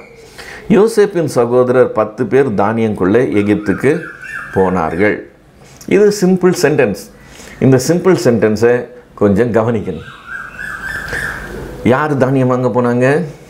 யாக்கோபின் குமாரர் தானியம் வாங்க போனாங்க. யாக்கோபு எப்படிப்பட்ட ஆள்? சாதாரண குடிமகனா அல்லது கோடீஸ்வரனா? யாக்கோபு ஒரு கோடீஸ்வரன். எந்த கோடீஸ்வரன் வீட்டு பிள்ளையாவது தானியம் வாங்க ப்ரொவிஷன் ஸ்டோருக்கு வந்து நீங்கள் பார்த்துருக்குறீங்களா? எந்த கோடீஸ்வரனுடைய வீட்டு பிள்ளையும் தானியம் வாங்கிறதுக்கு ப்ரொவிஷன் கடைக்கு வரமாட்டாங்க. அப்போ அவங்க வீட்டுக்கு ப்ரொவிஷன்ஸ்லாம் எப்படி போகும், தானியம்லாம் எப்படி போகும்? எத்தனையோ வேலைக்காரர் இருக்கிறாங்க, கடைக்கு வாங்கிட்டு வந்தால் வாங்கிட்டு வர போகிறாங்க. அப்படி இல்லைன்னா ஃபோன் பண்ணால் வீட்டுக்கு வந்து சேரப்போகுது. யாரும் படி ஏறி போய் நின்று லைனில் நின்று வாங்க மாட்டாங்க. ஆனால் யாக்கோபுக்கு அவனுடைய வீட்டு பிள்ளைங்க தானியம் வாங்க போகிறாங்க. இப்போ தானியம் வாங்கிறதுக்கு எதில் போனாங்க? 10 பேரும் 10 கழுதைகளில் ஏறி போனாங்க. 10 கோணிப்பை எடுத்துகிட்டு போனாங்க. இந்த காட்சி அப்படியே கண்ணு முன்னாடி கொண்டு வாங்க. 10 பேர் 10 கழுதையில் 10 கோணி எடுத்துகிட்டு போகிறாங்க. இந்த காட்சியோட இன்னொரு காட்சியை ஒப்பிட்டு பார்த்தீங்கன்னா எங்கேருந்து எங்கே நிலைமை மாறி இருக்குன்றது தெரிய வரும். இப்போ ஆபிரகாம் இருந்தான், தேவனால் ஆசீர்வதிக்கப்பட்ட ஆபிரகாம். அவனுக்கு வீட்டில் ஒரு தேவை. என்ன தேவை? அவனுடைய மகனுக்கு பெண் பார்க்கணும். மகனுக்கு பெண் பார்க்கறதுக்கு அவன் தன் வேலைக்காரனை அனுப்புகிறான். அவனுடைய வேலைக்காரன் வீட்டிலேருந்து புறப்பட்டு போகிறான். அவன் வீட்டிலேருந்து புறப்பட்டு போகும்போது எதில் புறப்பட்டு போனான், எப்படி புறப்பட்டு போனான்? ஆதியாகமம் 24வது அதிகாரம் 10வது வசனம். ஆதியாகமம் 24:10. பின்பு அந்த ஊழியக்காரன் தன் எஜமானனுடைய ஒட்டகங்களில் 10 ஒட்டகங்களை தன்னுடனே கொண்டு போனான். 10 ஒட்டகங்களை தன்னுடனே கொண்டு போனான்னு சொன்னால் இருந்ததே 10 தான்னு சொல்லியிருக்கா? என்னன்னு சொல்லியிருக்கு? தன் எஜமானனுடைய ஒட்டகங்களில் 10 ஒட்டகங்களை கொண்டு போனான். அப்படின்னா அது ஒரு ஒட்டகம் மந்தையே இருக்குது. அதில் எந்த ஒட்டகத்தை எது வேணும்னு பார்த்து 10 ஒட்டகத்தை செலெக்ஷன் பண்ணி எடுக்கிறான். இப்போ வெளியே போகலாம், கார் எடுப்பான்னு சொன்னால் எந்த கார் எடுக்கிறதுன்னு சொல்லி பேசிக்கிட்டாங்கன்னா அவங்க எவ்வளோ பெரிய பணக்காரராக இருப்பாங்கன்னு யோசித்து பாருங்கள். அது மாதிரி நிறைய ஒட்டகம் இருக்குது, அதில் ஒரு 10 ஒட்டகத்தை செலெக்ஷன் பண்ணி தனியாக எடுத்து கொண்டு போகிறான். அது மட்டும் இல்லை, தன் எஜமானுடைய சகல வித உச்சிதமான பொருட்களும் அவன் கையில் இருந்தது. அவன் எழுந்து புறப்பட்டு மெசபத்தோமியாவில் உள்ள நாகோருடைய வீட்டுக்கு போய் சேர்றான். ரைட். இப்போ உச்சிதமான பொருட்கள், ரொம்ப காஸ்ட்லியான ப்ரெஷியஸான பொருட்கள்லாம் கூட போகுதுன்னு சொன்னால் இப்போ அதுக்கு உண்டான செக்யூரிட்டியோடு தான் போகணும், இல்லை பாதுகாப்பு கூட இருக்கணும். இப்போ இவன் முன்னாடி நடந்து போகிறான், 10 ஒட்டகம் பின்னாடி வருது. 10 ஒட்டகத்தை ஓட்டுறதுக்கு 10 பேர் இருப்பாங்க. அது இல்லாமல் இந்த பொக்கிஷத்தை பாதுகாக்கணும், இந்த 10 ஒட்டகத்தில் போகிற அத்தனையும் பாதுகாக்கணும்னா குறைஞ்சது ஒரு 50 பேர் 60 பேர் இல்லாமல் போக முடியாது. அப்போ இவ்வளவு பெரிய குரூப்பு கிளம்பி போகுதுன்னா அது ஒரு ஊர் வழியாக கடந்து போச்சுன்னா அந்த ஊரார் எல்லாம் திரும்பி பார்க்குற மாதிரி அது ஒரு பெரிய காரியம். ஏன்னா பெரிய வீட்டு விஷயம் நடக்குது. ஸோ பெரிய வீட்டு விஷயம் நடக்கும்போது அது பெரிய காரியமாக கண்ணுக்கு தெரியுது. இப்போ அந்த காட்சி பக்கத்தில் இவனுடைய காட்சியை வச்சு பாருங்கள். 10 பேர் 10 கழுதை மேலே ஏறி 10 கோணியோடு போகிறாங்க. கழுதைகள் பணக்காரருடைய வாகனம் இல்லை. பணக்காரருடைய வாகனம் குதிரையாக இருக்கலாம் அல்லது ஒட்டகமாக இருக்கலாம். யாரும் கழுதை மேலே ஏறி போக மாட்டாங்க. எளிமையானவர்கள், சாதாரணமான ஜனங்க தான் கழுதை மேலே ஏறி போவாங்க. இப்போது யாக்கோபனுடைய வீட்டு பிள்ளைங்க தானியம் வாங்க போகிறாங்கன்றது ஒன்று, அவங்க கழுதை மேலே ஏறி போகிறாங்கன்றது ரெண்டாவது. இது ரெண்டுலேருந்து நம்ம என்ன தெரிஞ்சுக்கலாம்? கழுதை தேஞ்சி கட்டெரும்பாயிடுச்சு. இதை நீங்கள் இன்னும் கரெக்டாக புரிஞ்சுக்கணும்னு சொன்னால் அடுத்து தொடர்ந்து நடந்தது என்னன்னு சொல்லி பார்த்தோம்னா தெரிஞ்சிடும். இவங்க போய் தானியம் வாங்கிட்டு வந்துட்டாங்க. எவ்வளோ தானியம் வாங்கிட்டு வந்திருக்காங்க? 10 கோணி நிறையா வாங்கிட்டு வந்திருக்காங்க. இப்போ 25 கிலோ அரிசியை வாங்கி நீங்கள் ஒரு வருஷமாக வச்சு சாப்பிட்றீங்கன்னா உங்கள் வீட்டில் எவ்வளோ பேர் இருக்கிறாங்கன்னு அர்த்தம்? கொஞ்சோண்டு பேர் தான் இருக்கிறாங்கன்னு அர்த்தம். 25 கிலோ ஒரு வருஷமாக வருதுன்னு சொன்னால் 25 கிலோ வாங்கி 10 நாளில் காலி ஆகுதுன்னா உங்கள் வீட்டில் ஜனக்கூட்டம் அதிகம்ங்கிறது இமீடியட்டாக தெரிஞ்சிடும். இப்போ யாக்கோபினுடைய பிள்ளைங்க 10 கோணி நிறையா வாங்கிட்டு வந்த தானியத்தை எவ்வளோ நாள் வச்சு சாப்பிட்டாங்கன்னு வசனம் சொல்லுது தெரியுமா? ஒரு வருஷம் வச்சு சாப்பிட்டாங்களாம். ஒரு வருஷம் வச்சு எப்படி சாப்பிட முடியும்? அத்தனை 100 வேலைக்காரர்கள் வேலைக்காரிகள் எல்லாம் இருந்து ப்ளஸ் செக்யூரிட்டிக்கெல்லாம் ஆளுங்க இருந்து இந்த 10 கோணியில் வாங்கிட்டு வந்து அது எந்த மூலைக்கு இருக்கணும்? அதுலேருந்து நம்ம என்ன தெரிஞ்சுக்கிறோம்? இப்போதைக்கு யாருமே இல்லை. வெறுமனே இவனும் இவனுடைய குடும்பத்தார் மட்டும்தான் இருக்கிறாங்க. மீதி பேர் யாருமே இல்லை. 10 கோணியில் வர்றது இவங்களுக்கு ஒரு வருஷத்துக்கு வருது. ஒரு வருஷம் கழித்து காலி ஆயிடுச்சு. இப்போ காலி ஆனோடனே திரும்ப போகணும். திரும்ப போகும்போது அதை பற்றி டிஸ்கஷன் நடக்குது. ஏன்னா முதல் தடவை போயிட்டு வரும்போது அங்கே ஒரு பிரச்சனை. என்ன ப்ராப்ளம்? அங்கே போன இடத்துல இவங்க யோசேப்பை சந்திச்சிடுறாங்க. யோசேப்பு இவங்களை அடையாளம் கண்டுபிடிச்சிட்டான். இவங்களுக்கு தான் யோசேப்பு அடையாளம் தெரில. யோசேப்பு இவங்களை அடையாளம் கண்டுபிடிச்சிட்டான். கண்டுபிடிச்சிட்டு சிமியோனை பிடிச்சி வச்சுக்கிட்டான். என்னென்னு? நீங்கள் வேவுக்காரர்னு சொல்கிறான். இல்லை நாங்கள் வேவுக்காரர்கள், நாங்கள்லாம் சகோதரர்கள் இவனுங்க சொல்ல எங்களுக்கு ஒரு சின்ன சகோதரன் வீட்டில் இருக்கிறான்னு வளர இவன் சிமியோனை பிடிச்சி வச்சுக்கிட்டு அந்த இளைய சகோதரனை கொண்டு வந்தால் தான் இவனை விடுவேன்னு சொல்லி வச்சுக்கிட்டான். இப்போ சிமியோன் இல்லாமல் திரும்பி வந்திருக்கிறாங்க. இப்போ மறுபடியும் போகணுன்னா என்ன செய்யணும்? பென்னிமேனை கூப்பிட்டு போனால் தான் போகணும். யாக்கோபுக்கு பென்னிமேனை விட்டுறதுக்கு மனசு இல்லை. இப்போ யாக்கோபு யூதா எவ்வளோ பேசி கூட அவன் கேட்கல. கடைசியாக வேறு வழி இல்லை, இந்த சின்ன பையனை கூட அனுப்பணுங்கிறப்போ யாக்கோபு சொல்கிற வார்த்தை ரொம்ப முக்கியமான வார்த்தை. 43வது அதிகாரம் 11வது வசனம். ஆதியாகமம் 43:11. அதற்கு அவர்கள் தகப்பனாகிய இஸ்ரவேல், அப்படியானால் ஒன்று செய்யுங்கள், இந்த தேசத்தின் உச்சிதமான வஸ்துகளில் கொஞ்சம் பிசின் தைலமும் கொஞ்சம் தேனும் கந்த வர்க்கங்களும் வெள்ளை போளமும் தெரப்பித்து கொட்டைகளும் வாதுமை கொட்டைகளும் உங்கள் சாக்குகளில் போட்டு அந்த மனிதனுக்கு காணிக்கையாக கொண்டு போங்கள். எகிப்தில் அதிபதியாக இருக்கான் பாருங்கள், பார்வோனுக்கு சமமாய் அவங்கிட்ட காணிக்கை கொடுத்து அனுப்புகிறான். என்ன காணிக்கை கொடுத்து அனுப்புகிறான்? தேசத்து வஸ்துக்களில் சிலவற்றை கொடுத்து அனுப்புகிறார். என்னது சிலவற்றை? கொஞ்சம் பிசின் தைலம், கொஞ்சம் தேன், கந்த வர்க்கம், வெள்ளை போளம், இதெல்லாம் சென்ட் ஐட்டங்கள். கந்த வர்க்கம், வெள்ளை போளம்னா சென்ட் ஐட்டங்கள், திறப்பித்து கொட்டைகள், வாதுமை கொட்டைகள் எல்லாம் கோணியில் போட்டு அவங்ககிட்ட காணிக்கையாக கொண்டு போங்கன்னு சொல்கிறோம். இந்த காட்சி அப்படியே வச்சுக்கோங்க. இன்னொரு காட்சியோடு நம்ம இதை கம்பேர் பண்ணுவோம். இப்போ ஆபிரகாமின் வேலைக்காரன் பெண் பார்க்கறதுக்காக போயிருக்கிறான். இப்போ போன இடத்துல தன்னுடைய ஒட்டகங்களுக்கு தண்ணி வார்க்கணும்னு சொல்லி வெயிட் பண்ணுறான். வெயிட் பண்ணும்போது அவன் ஒரு ஜெபம் பண்ணுறான். என்னன்னு? தண்ணி கேட்பேன், எனக்கும் தண்ணி கொடுத்து ஒட்டகத்துக்கும் யார் தண்ணி கொடுக்குறாங்களோ அவங்க தான் என்னுடைய எஜமானுக்கு உண்டான பெண்ணுன்னு சொல்லி அவன் ஒரு ஜெபம் பண்ணுறான். அதுக்கு ஏற்ற மாதிரி ரெபேக்காள் வர்றா. வந்து அவன் என்ன செய்கிறான்? தண்ணியை இவனுக்கும் கொடுக்குறான், ஒட்டகத்துக்கும் ஊற்றுறான். அது முடித்த உடனே அவன் அவளுக்கு ஒரு சின்ன பரிசு கொடுக்குறான். என்ன பரிசு கொடுக்குறாங்கிறது தான் நம்ம பார்க்க வேண்டிய முக்கியமான விஷயம். நம்முடைய காரில் போகிறோம், நம்ம ஒரு இடத்துல கார் ஹீட் ஆகிடுது, நம்ம ரேடியேட்டருக்கு தண்ணி ஊற்றணும். அந்த ஊர் பொண்ணு ஒன்று தண்ணி கொடுக்குது, நம்ம தண்ணி ஊற்றுறோம், தண்ணி வாங்கி ஊற்றிக்கிறோம். ஊற்றிட்டு அந்த பிள்ளையை வெறுங்கையாக அனுப்ப மாட்டோம். நம்ம கையில் இருக்கிற எதையாவது ஒரு சந்தோஷமான ஒரு கிஃப்டாக நம்ம கொடுத்து அனுப்புறதை நம்ம வழக்கமாக வச்சுருப்போம். நம்ம ரெகுலராக செய்கிறது தான்.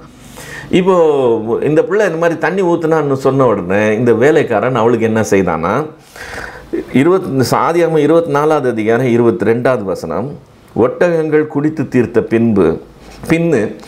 ஒட்டகங்கள் குடித்து தீர்த்த பின் அந்த மனிதன் அரை சேக்கல் இடையுள்ள பொற்காதணியை எடுத்து கொடுக்குறான்.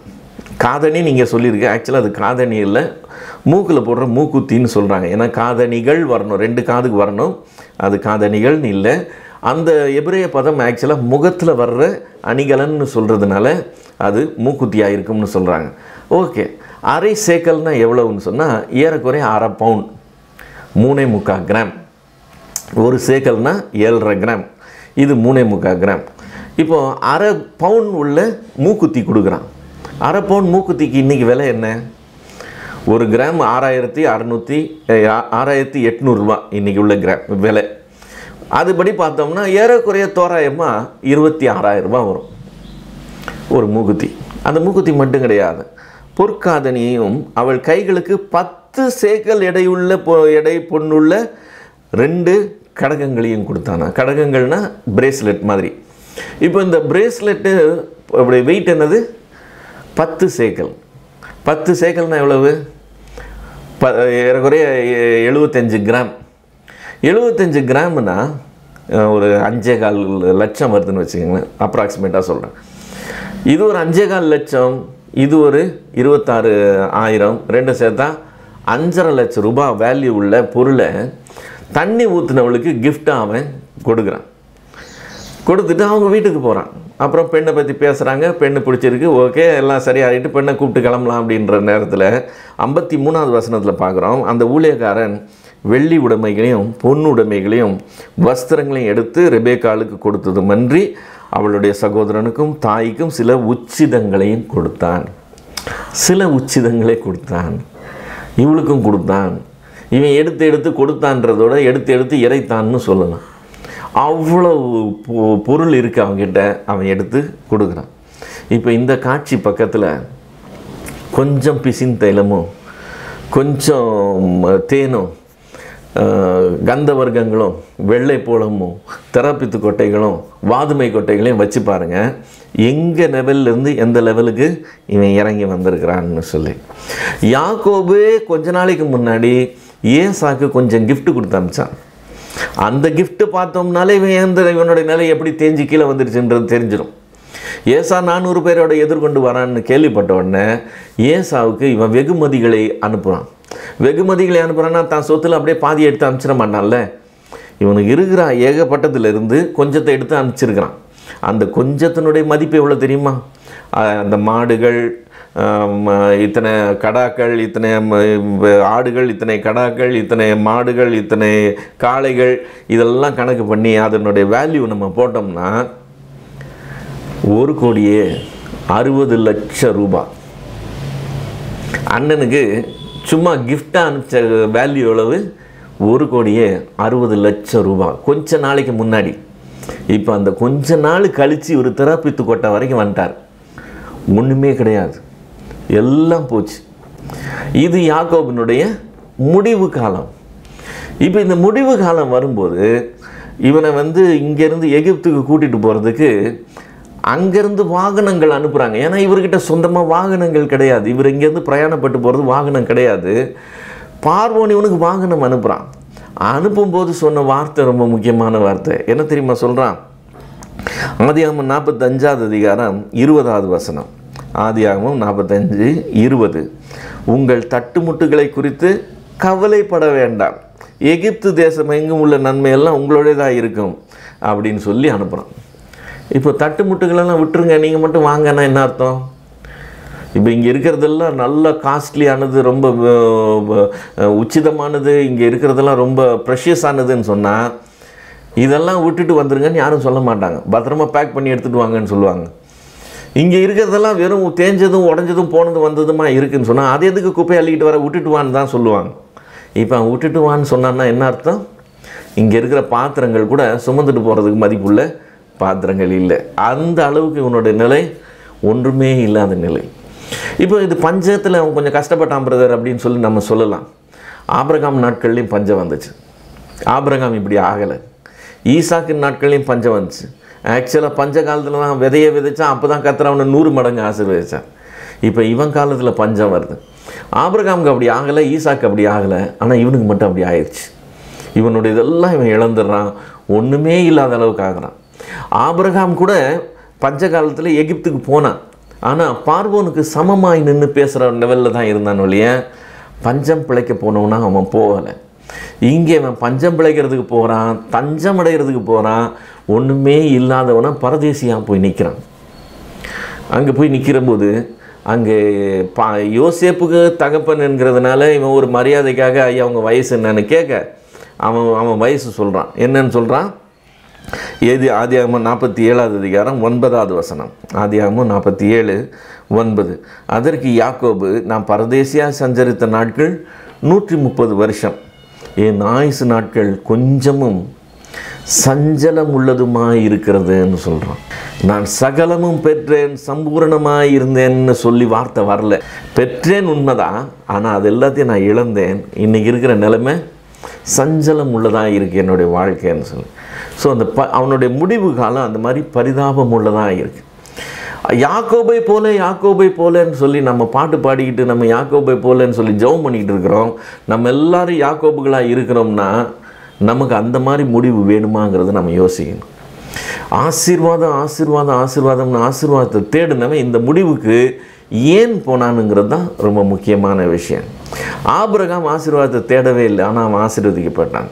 ஈசாக்கு ஆசீர்வாதத்தை தேடவே இல்லை, அவன் ஆசீர்வதிக்கப்பட்டான். ஆசீர்வாதத்தையே தேடினவன் கடைசியில் இந்த நிலைமைக்கு வர்றதை நம்ம பார்க்குறோம். இவனுடைய முடிவு சரியில்லை.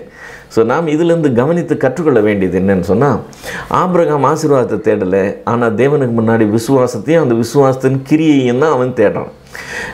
ஈசாக்கு ஆசீர்வாதத்தை தேடலை, அதுக்கு பதிலாக அவன் சாந்த குணத்தை செயல்படுத்துகிறதுல அவன் கவனமாக இருக்கிறான். ஆனால் யாக்கோபு மட்டும்தான் தேவனை தேடுறதுக்கு பதிலாக தேவனிடத்துலேருந்து வர்ற ஆசீர்வாதத்தை தேடுறவனாக இருக்கிறான். அப்படி ஆசீர்வாதத்தை தேடுறவனாக இருக்கும்போது அதை அடைகிறதுக்கு அவன் எந்த வழியிலையும் அவன் போகிறதுக்கு ரெடியாக இருப்பான். அதனால தான் அவன் அண்ணனை ஏமாற்றி, அப்பாவை ஏமாற்றி, மாமாவை ஏமாற்றி என்னென்ன செய்ய முடியுமோ அவ்வளவையும் செய்கிறத நம்ம பார்க்குறோம். அவன் பேரே எத்தன் என்ற அர்த்தம். யாக்கோபுன்னு சொன்னால் எத்தன் என்று சொல்லி அர்த்தம். அவன் அப்படியே இருந்து அப்படி வளர்ந்து வர்றதை நம்ம பார்க்குறோம். பெற்றுக்கொண்டேன், அனுபவித்தேன் என்று சொல்கிற நேரத்தில் எல்லாத்தையும் இழந்துறதையும் பார்க்குறோம். ஆசீர்வாதத்தை அடைகிற காரியமே வேறு மாதிரி. சங்கீதங்களின் புஸ்தகம் 23வது சங்கீதம் 1 வசனம் இப்படி சொல்லுது, கர்த்தர் என் மேய்ப்பராக இருக்கிறார், நான் தாழ்ச்சி அடையேன்னு சொல்லியிருக்கு. மேய்ப்பன் எங்கே இருப்பான், ஆடு எங்கே இருப்பான்னு நம்முடைய ஆண்டவர் சொல்லும்போது சொல்கிறார். மேய்ப்பன் முன்னாடி நடந்து போவான்னா ஆடுகள் அவன் சத்தத்தை கேட்டு அவனுக்கு பின்னால் நடந்து போகும்னு சொல்லி. அப்போ ஆட்டுக்கு முன்னால் யார் தான் இருக்கிறான்? மேய்ப்பன் தான் இருக்கிறான். ஆடு மேய்ப்பனை பார்த்து மேய்ப்பனுக்கு பின்னாடி போகுது. இப்போ கர்த்தரின் மேய்ப்பராக இருக்கணும்னா கர்த்தரின் முன்னாடி தான் நான் கர்த்தரை பார்த்து போகிறேன். இப்போ எனக்கு தாழ்ச்சியே கிடையாது. ஏன் தெரியுமா? 6வது வசனம் சொல்லுது, என் ஜீவனுள்ள மட்டும் நன்மையும் கிருபையும் என்னை தொடரும்னு சொல்லிடுறேன். எனக்கு ஜீவன் இருக்கிற வரைக்கும் நன்மையும் கிருபையும் என்னை தொடரும்னா என்ன அர்த்தம்னா, நம்ம நார்மலாக இந்த வார்த்தையை தப்பாக புரிஞ்சுக்கிறோம். இந்த தொடரும் அப்படின்ற வார்த்தை நமக்கு வந்து ரயில் வண்டி போகுது, ரயில் வண்டியை நம்ம தொடர் வண்டின்னு சொல்லுகிறோம். ஏன்னு சொன்னால் ஒரு கேரேஜுக்கு பின்னாடி இன்னொரு கேரேஜ் அவங்க இணைச்சிருக்கிறாங்க, அதனால் அது அப்படி பிடிச்சிக்கிட்டு போகும்போது தொடர்ந்து போகுதுன்னு நினச்சிக்கிறோம். இங்கே நன்மை கிருபை இவங்களை தொடரும்னுமோ அப்படி உங்கள் சட்டையை பிடிச்சிக்கிட்டு பின்னாடி வரும்னு அர்த்தம் இல்லை. ஆக்சுவலாக தாவீது ஓடி போகும்போது, சவுலுக்கு பயந்து ஓடி போகும்போது சவுல் தாவீதை தொடர்ந்து போனான்னு சொன்னாங்க. என்ன அர்த்தம்? தாவீது எங்கே இருக்கிறான்னு சவுல் தேடிக்கிட்டு போகிறான்னு சொல்லி அர்த்தம். இப்போ காவல்துறை வந்து ஒருத்தனை தொடர்ந்து போகுதுன்னு சொன்னால் என்ன அர்த்தம்? அவனை விரட்டிக்கிட்டு போகுதுன்னு சொல்லி அர்த்தம். நன்மையும் கிருபையும் உங்களை தொடரும்னா நீங்கள் எங்கே இருக்கிறீங்கன்னு நன்மையும் கிருபையும் உங்களை தேடி வருமா? ஆனால் நான் நன்மையும் கிருபையும் தேடுறது பதிலாக கர்த்தர் என் மேய்ப்பராக இருக்கிறார், நான் கர்த்தரை பார்த்து போகிறேன், கர்த்தரை பார்த்து நான் போனேன்னா இவைகளெல்லாம் என் பின்னால் ஆட்டோமேட்டிக்காக வருகிற காரியங்களாக இருக்கும். நம்முடைய ஆண்டவர் சொல்லும்போது சொல்கிறாரு, லூக்கா எழுதின சுவிசேஷம் 12வது அதிகாரம் 31வது வசனத்தில், நீங்கள் எதை மட்டும்தான் தேடணுமா? தேவனுடைய ராஜ்யத்தையே தேடுங்கள் என்று சொல்லுகிறார். வேறு எதையும் சேர்த்து கூட தேட வேண்டியதில்லை, நீங்கள் அதை மட்டும் தேடுங்க. நான் தேவனுக்கு பிரியமாக இருக்கிறது எப்படி, தேவனை சேவிக்கிறது எப்படி, தேவனுக்கு அண்டி கொள்வது எப்படி, தேவன் கிட்ட வர்றது எப்படி, தேவனுக்கு இன்னும் பிரியமாக இருக்கிறது எப்படி, நான் இன்னும் என்ன செய்ய சித்தமாக இருக்கிறீங்க ஆண்டவரே என்கிற அந்த ஜெபத்தோடு அணுகிறது எப்படி, இதுதான் காரியமாக இருக்கணும். நான் தேவனுக்கு பின்னால் போக போக தேவனுடைய ராஜ்யத்தையே தேடும்போது அப்பொழுது இவைகளெல்லாம் கொஞ்சம் கொஞ்சமாக உங்களுக்கு கொடுக்கப்படும் இல்லை, அப்பொழுது இவைகளெல்லாம் உங்களுக்கு கூட கொடுக்கப்படும் ஆண்டவர் சொல்கிறார். இப்போ 23ஆம் சங்கீதம் 1 வசனம் 6வது வசனம் நம்ம பார்த்துட்டோம். இடையில இன்னொரு வசனம் வருது. அந்த வசனம் என்ன தெரியுமா சொல்லுது? அவர் உன்னுடைய சத்துருக்களுக்கு முன்பாக உனக்கு ஒரு பந்தியை ஆயத்தப்படுத்துவாராம். சத்துருக்களுக்கு முன்பாக ஏன் பந்தி ஆயத்தப்படணும்? இப்போ உங்களுடைய ஹானரில் ஒரு டின்னர் ஒன்று ரெடி பண்ணுறாங்க, உங்களை கனப்படுத்துறதுக்காக செய்கிறாங்கன்னு சொன்னால் சாதாரணமாக செஞ்சுட்டு போயிடலாம். சத்துருக்களுக்கு முன்பாக ஏன் செஞ்சாங்கன்னு சொன்னால் சத்துருக்கள் வயிறு எறிவாங்க, ஐயோ ஐயோன்னு சொல்லுவாங்க. நல்லா வயிறு எறியட்டோம்னு சொல்லி சத்துருக்களுக்கு முன்னால் உனக்கு ஒரு பந்தியை ஆயத்தப்படுத்தி என் தலையை எண்ணெயால் அபிஷேகம் பண்ணுவாராம். என்னுடைய பாத்திரம் நிரம்பி வழியும் என்று சொல்லி வசனம் சொல்லுது. கொஞ்சம் கொஞ்சமாக இல்லை, லிமிட்டாக இல்லை, அது நிரம்பி வழியிறத்தக்கதாக கர்த்தர் ஆசீர்வதித்து நடத்துகிற தேவனாக இருக்கிறார். சேனைகளின் தேவனாகிய கர்த்தர் ஆசீர்வதிக்கிற தேவனாக இருக்கிறார்னு சொல்லி பார்த்தோம். இஸ்ரவேலை ஆசீர்வதிப்பதே கர்த்தருக்கு பிரியம் என்று சொல்லி பார்த்தோம். உங்களை என்ன ஆசீர்வதிக்கிறது தான் அவர் பிரியம், சபிக்கிறது அவருடைய காரியமே கிடையாது. ஆசீர்வதிக்கிறது தான் அவர் பிரியம். ஆனால் நம்ம ஆசீர்வாதத்தை தேடுறவங்களாக இருந்தோம்னா கம்ப்ளீட்டாக தப்பாக போயிடும். இப்படி எடுத்துக்கங்க, காரில் பெரிய கண்ணாடி இருக்குது, அந்த கண்ணாடி முன்னாடி என்ன வருதுன்றதை நான் அது வழியாக பார்ப்பேன். என்னென்னா அது காற்று என் மேலே படாதபடிக்கு ஒரு பெரிய கண்ணாடி இருக்குது, அதுக்கு பேர் விண்ட்ஷீல்டுன்னு சொல்கிறோம். காரில் இன்னொரு குட்டி கண்ணாடி இருக்குது, அந்த குட்டி கண்ணாடி பின்னாடி என்ன வருதுன்றதை எனக்கு காட்டுது. இப்போ அதை ரியர் வியூ மிரர்னு சொல்கிறோம். நான் கார் ஓட்டுறவன் இந்த கண்ணாடியை பார்த்து ஓட்டணுமா அந்த கண்ணாடியை பார்த்து ஓட்டணுமா? நான் அப்பப்போ அதை பார்த்துக்குவேன். ஆனால் மோஸ்ட்லி 99% எதை பார்த்துட்டு இருப்பேன்? முன்னாடி தான் பார்த்து ஓட்டுவேன். நானுக்கு அந்த சின்ன கண்ணாடியை பார்த்துட்டு பின்னாடி என்ன வருதுன்னு பார்த்துக்கிட்டே ஓட்டிக்கிட்டு போனேன்னா நான் போய் சேர வேண்டிய இடத்துக்கு நிச்சயமாக போய் சேர மாட்டேன். அதுதான் காரியம். நமக்கு முன்னால் இருக்கிற கர்த்தரை தான் பார்க்கணும், கர்த்தரை தான் தேடணும், கர்த்தரை தான் சேவிக்கிறவர்களாக இருக்கணும். நான் இன்னும் என்ன செய்யணும்னு சொல்லி தேவனுடைய ராஜ்யத்தையும் அவருடைய நீதியும் தேடுறவங்களாக இருக்கணும். அப்போ இவைகளெல்லாம் கூட கொடுக்குறவர்களாக இருக்கணும். அது பாட்டுக்கு எக்ஸ்ட்ரா வரும், ஆண்டவர் குறையாமல் நடத்துவார், பாத்திரம் நிரம்பி வழிகிறதா இருக்கும். அதுக்கு பதிலாக நாம் இவைகளை தேடுறவங்களாக இருந்தோம்னா கர்த்தர் நமக்கு பின்னாடி போயிடுறாரு, எதுவுமே ஒரு நாளும் செட் ஆகாது. அதனால தான் பரிதாப நிலை இருக்குது. ஆசீர்வாதத்தை தேடுறாங்க, ஆசீர்வாதம் கிடச்சிச்சான்னு கேட்டால் இல்லை பிரதர் இப்படி தான் இருக்குது, அப்படி தான் இருக்குது பிரதர்னு பரிதாப நிலையில் இருக்கிறாங்க. என் பாத்திரம் நிரம்பி வழியுதுன்னு சொல்கிறவங்கள பார்க்குறது ரொம்ப கம்மி. கர்த்தர் ஆசீர்வதிக்கிற தேவனாக இருக்கிறார், ஆசீர்வதிக்க சித்தமுள்ளவராக இருக்கிறார். ஆனால் அது சேர மாட்டேங்குது. காரணம் என்னென்னா நாம் தேட வேண்டியதை விட்டுட்டு தேடக்கூடாது தேடிக்கொண்டே இருக்கிறோம். நாய் இருக்குல்ல, நாய் நடந்து போனால் வால் தானாக பின்னாடி வரும். சில நாய்களுக்கு பின்னாடி வால் வருதான்னு டவுட் வந்துடும். அது நின்று திரும்பி பார்க்கும், வால் இருக்கிறது போல இருக்கும். எட்டி இருக்குதான்னு நல்லா பார்க்கும், அதை பிடிக்கிறதுக்கு ட்ரை பண்ணும், வாழை பிடிக்க முடியாது. மறுபடியும் ரவுண்ட் அடிக்கும். விசுவாசிகளுடைய நிலை ஏறக்குறைய இப்படியே இருக்கிறத நம்ம பார்க்க முடியும். பின்னாடி வர்றதை தேடிக்கிட்டு இருக்கிறாங்க. பின்னாடி வர்றதை நீங்கள் தேட வேண்டியதில்லை, அது தானாக உங்களை தேடிக்கிட்டு வரும். கர்த்தர் என் மேய்ப்பராக இருக்கும்போது எனக்கு தாழ்ச்சி ஒன்றுமே கிடையாது. காரணம் என்னன்னு சொன்னால், நன்மையும் கிருபையும் என்னை தொடர்ந்து வருகிற காரியமாக இருக்கும். ஸோ ஆபிரகாம் ஆசீர்வாதத்தை தேடவே இல்லை, ஆனால் கர்த்தரால் ஆசீர்வதிக்கப்பட்டான். ஆனால் ஆபிரகாம் செய்தது என்னது? விசுவாசித்தான். அந்த விசுவாசத்தை பூரணப்படுத்துகிறதுல கவனமாக இருந்தான். ஈசாக்கு கர்த்தர்கிட்ட ஆசீர்வாதத்தை கேட்டதே கிடையாது, ஆனால் கர்த்தரால் ஆசீர்வதிக்கப்பட்டவனாக இருந்தான். ஈசாக்கு எதில் கவனமாக இருந்தான்?